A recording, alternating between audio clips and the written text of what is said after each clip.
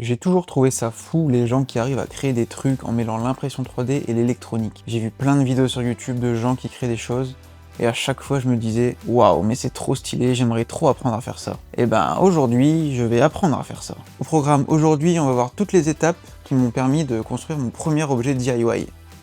Bonjour à tous, c'est Emeric et bienvenue dans le iLabs.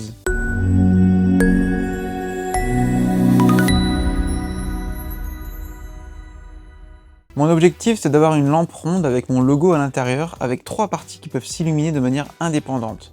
Le A, le Y et le tour du cercle. En plus de ça, j'aimerais que ma lampe soit accessible sur Home Assistant. Bref, un cahier des charges plutôt sympa pour un premier projet, je trouve. J'ai essayé d'isoler les différentes étapes. Pour moi, le plus compliqué, l'inconnu de l'équation, c'était la partie électronique. En gros, finalement, le plus important. Pour mener mon projet à bien, la lampe a besoin d'un cerveau. Un microcontrôleur ESP32. En gros, c'est un tout petit ordinateur qui ressemble à une carte sur laquelle on va connecter différents trucs.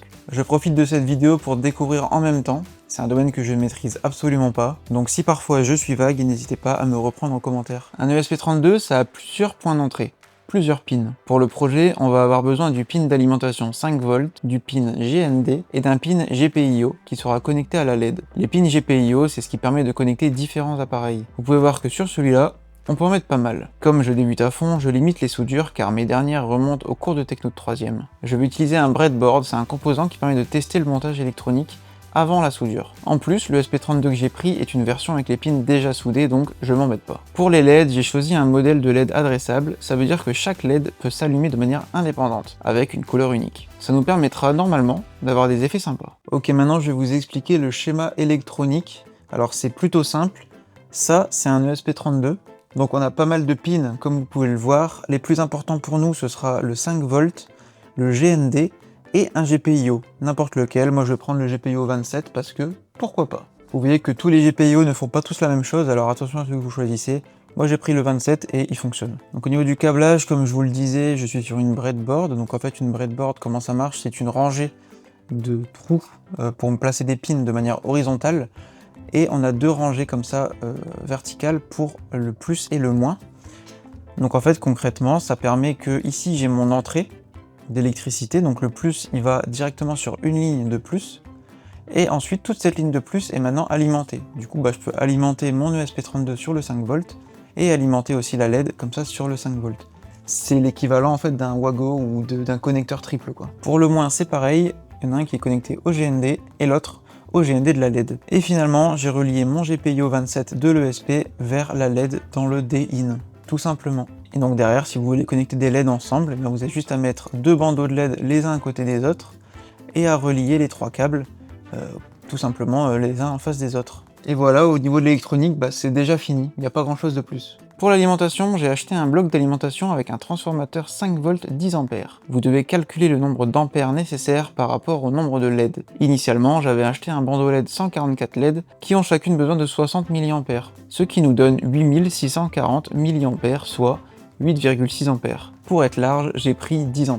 D'ailleurs, tout le matériel électronique est en description. Maintenant que tout est câblé, il faut développer le truc qui va allumer ou éteindre les LED. Pour ça, je vais me simplifier la vie en installant WLED sur l'ESP32 plutôt que de coder ça à la main. WLED, c'est une solution open source vraiment sympa qui permet de faire énormément de choses.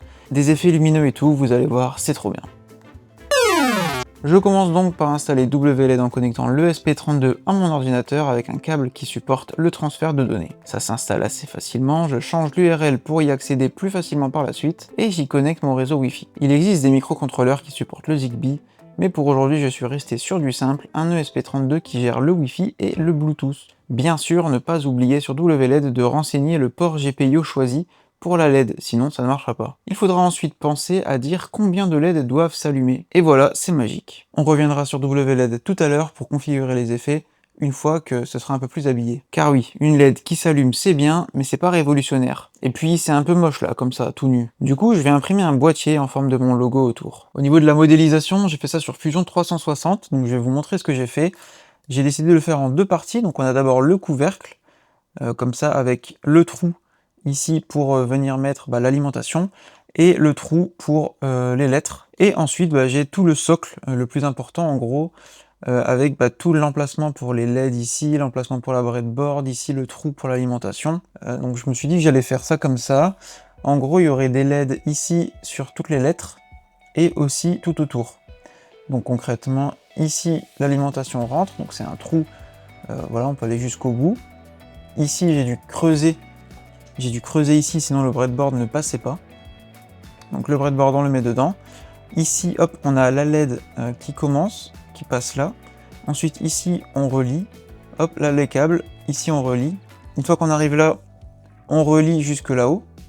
Hop, on arrive là. Et une fois ici, on relie ici. Et là, il y a un bandeau LED qui fait tout le tour, comme ça, et qui revient. Pour l'assemblage des deux, je me suis dit que j'allais faire ça par friction.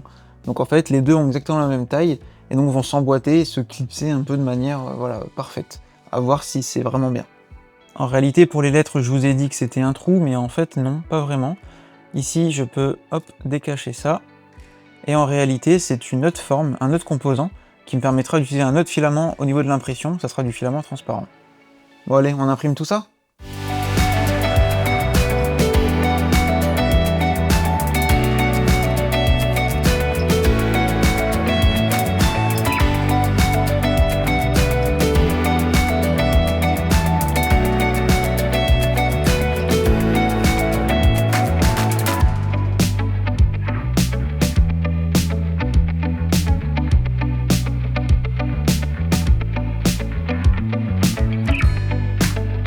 Pour le filament, j'ai réutilisé le filament PLA Black and Blue de chez Sunlook que j'avais utilisé justement pour le rack. Il m'en restait, donc c'est parfait. Et pour la partie transparente, c'est du filament PLA transparent également qui vient de chez Sunlook.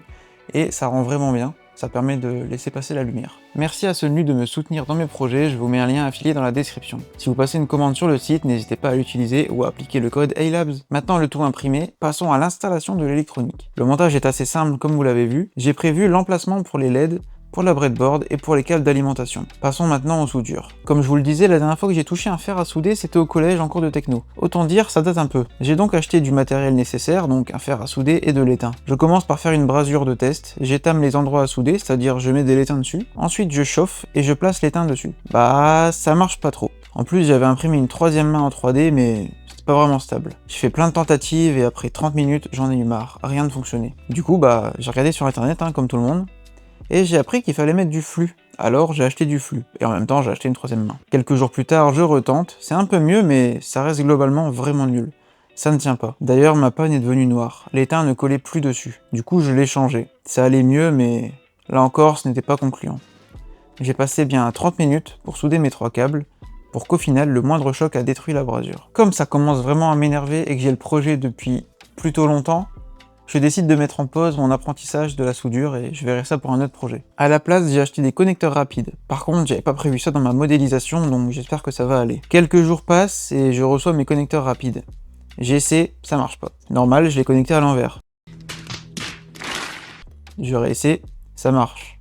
C'est mieux. Je connecte toutes les LED et je me rends compte que les 6 premières s'allument à fond et que les autres sont plus faibles. Je regarde en WLED, j'ajuste les paramètres, mais ça ne change rien. En fait, j'avais mal connecté entre le A et le Y, j'avais une chute de tension de 5 volts à 2,5 volts. C'est pourquoi les LED se mettaient en mode économie et que même certains effets n'allaient même pas jusqu'au bout. Bref, j'ai remis correctement le connecteur et voilà, magnifique, tout est bon. Ce qu'il faut faire maintenant, c'est compter les LED et savoir comment seront faits les segments.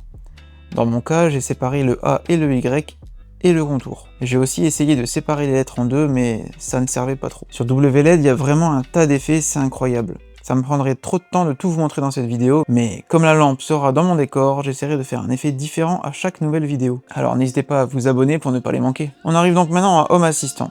Je sais pas trop comment faire pour associer WLED à Home Assistant, du coup je vais dans les intégrations pour voir s'il existe WLED, et j'ai même pas eu le temps de chercher très longtemps qu'il a détecté l'appareil tout seul. C'est vraiment magique. Je l'ajoute et là je vois toutes les entités qui remontent. C'est super. Il a même détecté mes différents segments tout seul.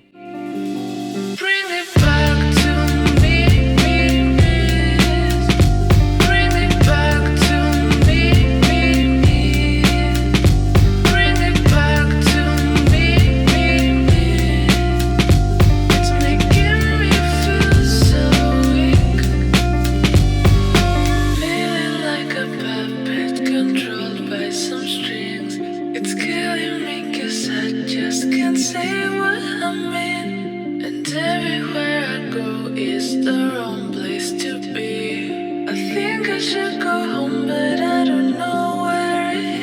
C'est le moment de conclure cette vidéo, donc globalement je suis super content du rendu de la lampe, c'est ce que j'avais en tête et tout, donc je suis trop content. Par contre, il y a quelques points qu'il faudrait que j'améliore pour les prochaines fois. Déjà, le premier point, c'est apprendre à souder. Ce serait pas mal. Pour le coup, les connecteurs rapides ont fait le taf, mais j'ai dû enlever une LED par extrémité pour y placer le connecteur et ça se voit un peu. Pareil pour la LED circulaire, ça passait pas trop, j'ai dû forcer pour le faire rentrer. Côté électronique, c'est du très simple mais efficace. Pareil pour les prochains projets et quand j'aurai appris à souder, j'arrêterai d'utiliser le breadboard dans l'objet finalisé.